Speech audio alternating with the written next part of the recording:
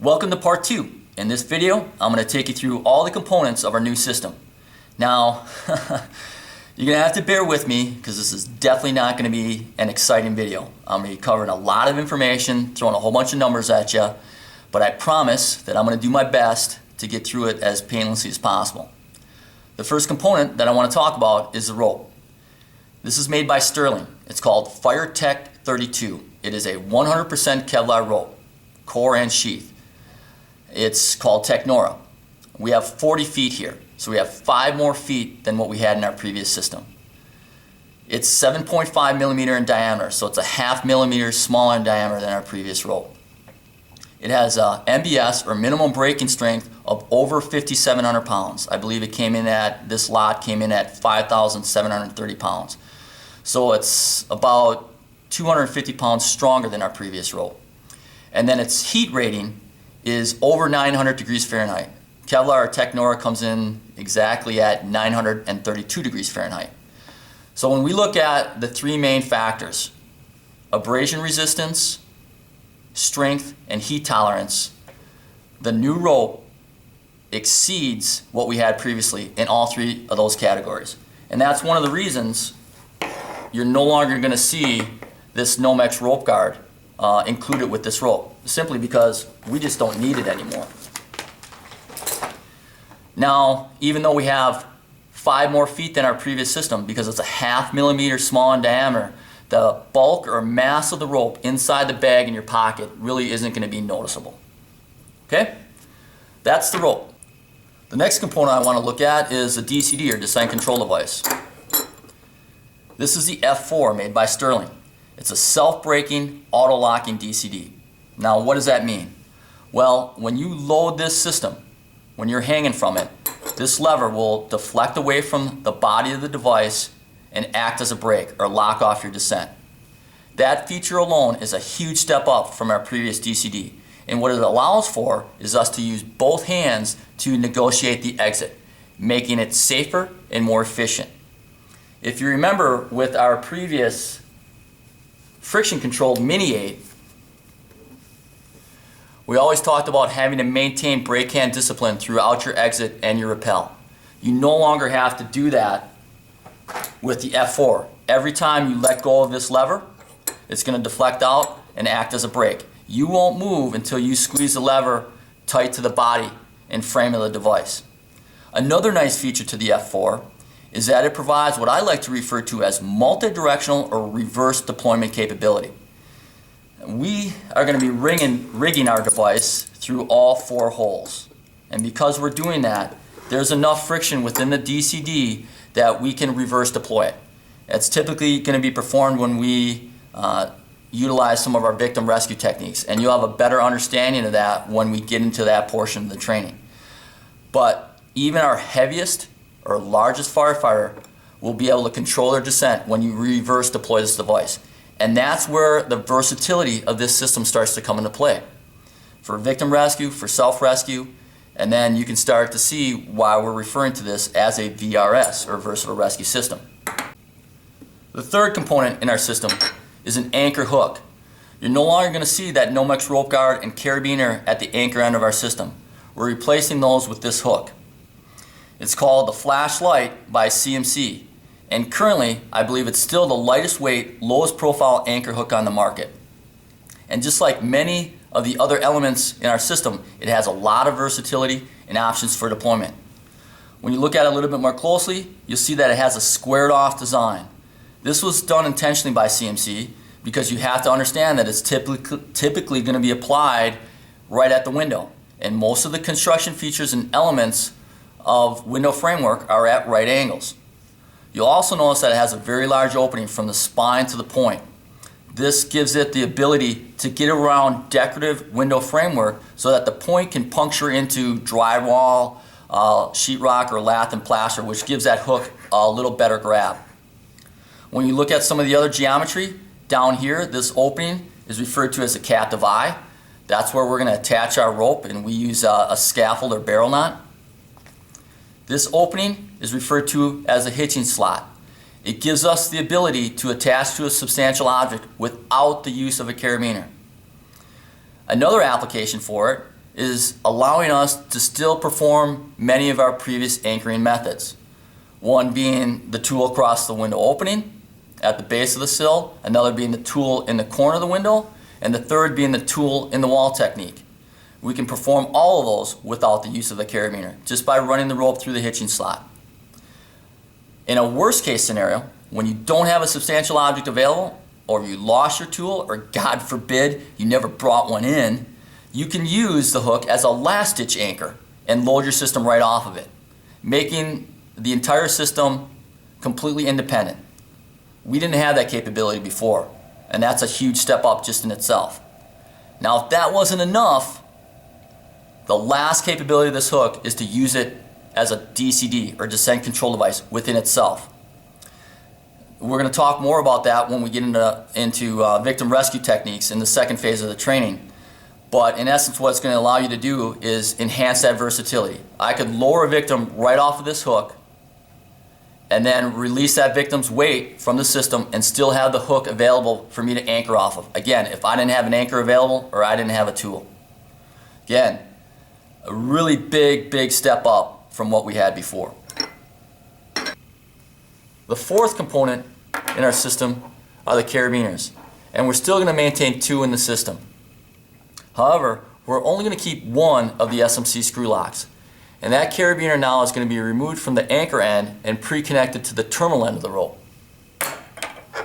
It's going to be referred to as the auxiliary carabiner, and it's going to have 3 functions. One is to act as a safety stop. In other words, if you deploy your system from a height greater than 40 feet, it's going to prevent you from rappelling off the end of the rope. Function 2 is to act as a secondary anchoring carabiner, typically when we're performing victim rescue. And that's the third application, for connecting this carabiner directly to the victim. All 3 of those, you have a better understanding when we get into phase 2, or the victim rescue portion of your training. The carabiner that we're changing is the one that's getting connected to the descent control device. This carabiner has quite a few features that made it a good choice for our new setup. If you notice, when we take a closer look at some of the elements, this pin right here, it's actually removable.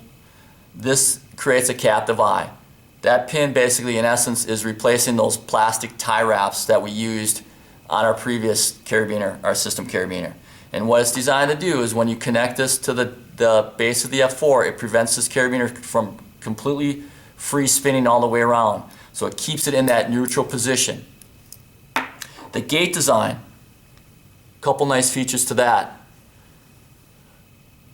If you look right here, you can see a window. Hopefully you can see that's the skull and crossbones. If you look here on the opposite side, it's another skull and crossbones.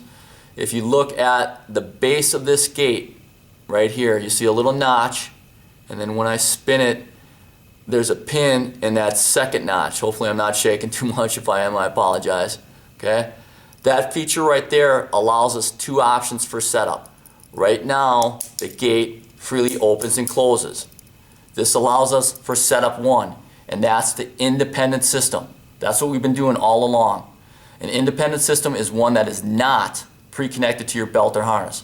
So you pull out your system, and this setup allows for that swoop and scoop technique where you access the connection point of your belt, swoop and scoop, and then what's kind of cool is that because of that pin design, all I have to do is just flick it with my thumb, and now it's locked off.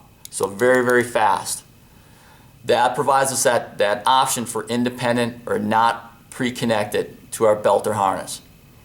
As we get into phase 1 of the training, self-rescue techniques, we're going to show you that members have an option for a secondary setup, and that's pre-connecting their system to their belt or harness. Both have advantages and disadvantages, okay, and we'll cover both of those in phase 1. But I want you to take a look at that gate. Now, if you look in those windows, there's no skull and crossbones. This window, I don't know if you'll be able to see, no skull and crossbones. And it's in the other portion of that secondary notch. It's locked off.